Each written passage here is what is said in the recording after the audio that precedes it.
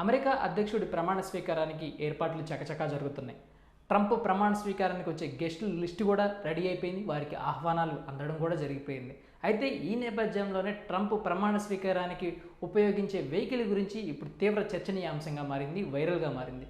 ఎందుకంటే జనరల్గా ఎవరైతే అమెరికా అధ్యక్షుడిగా ఎన్నికవుతారో వారు ప్రమాణ స్వీకారం చేసే రోజు వారి ఇంటి దగ్గర నుంచి శ్వేత సౌధం వరకు ర్యాలీగా వచ్చి శ్వేత సౌధంలో బయట ఒక గ్యాలరీ ఉంటుంది. ఆ గ్యాలరీ దగ్గర వారు ప్రమాణ స్వీకారం చేయడం అయితే జరుగుతూ ఉంటుంది.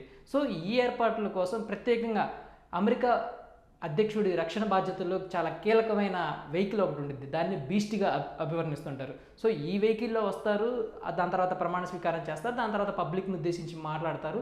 ప్రోటోకాల్ అయితే ఇలా ఉంటుంది. కానీ ఈసారి ట్రంప్ ప్రమాణ స్వీకారం చేయబోతున్న నేపథ్యంలో ఒక కొత్త వెహికల్ అయితే ఆయన తీసుకొని రాబోతున్నారు.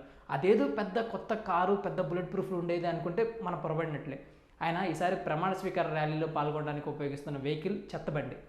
ఎస్, మీరు విన్నది కరెక్టే. ఆయన చెత్తబండిలో ప్రమాణ స్వీకారానికి రానున్నారు.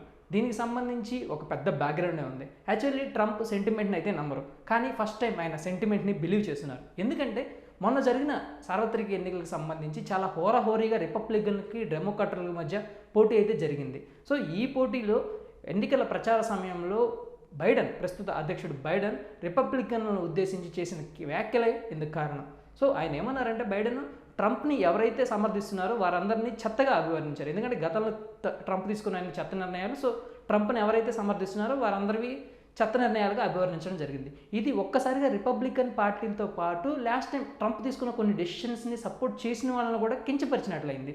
సో దాని ఇంపాక్ట్ చాలా ఉండేసరికి దాని ఇంపాక్ట్ ఎలక్షన్ రిజల్ట్లో కూడా కనిపించింది అనేది స్పష్టంగా చెప్పుకోవచ్చు. సో దీనికి కౌంటర్ ఇచ్చేందుకు ట్రంప్ కూడా ఫిక్స్ అయిపోయారు.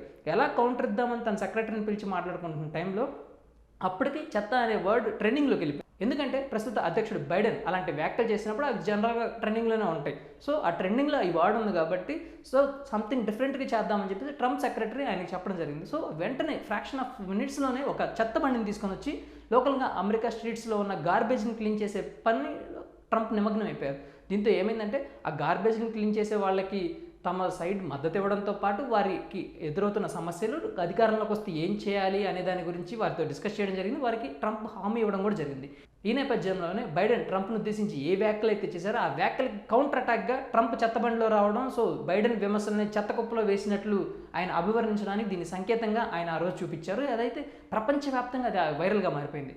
సో దాని గెలుపుకు కూడా అదే కారణమైంది. ఈ నేపథ్యంలోనే ఆ గెలుపుకి ప్రధాన మలుపు తిప్పిన ఆ చెత్త బండిలోనే ఆయన తన ఇంటి దగ్గర నుంచి శ్వేత సౌధం వరకు ర్యాలీగా వెళ్ళనున్నారు. సో దానికి సంబంధించిన ఏర్పాట్లు కూడా అధికారులు అయితే చేసేశారు. సో ట్రంప్ తన ఇంటి దగ్గర నుంచి ఈ చెత్త బండిలో ప్రజలకు అభివాదం చేసుకుంటూ వైట్ హౌస్ వరకు వెళ్ళనున్నారు.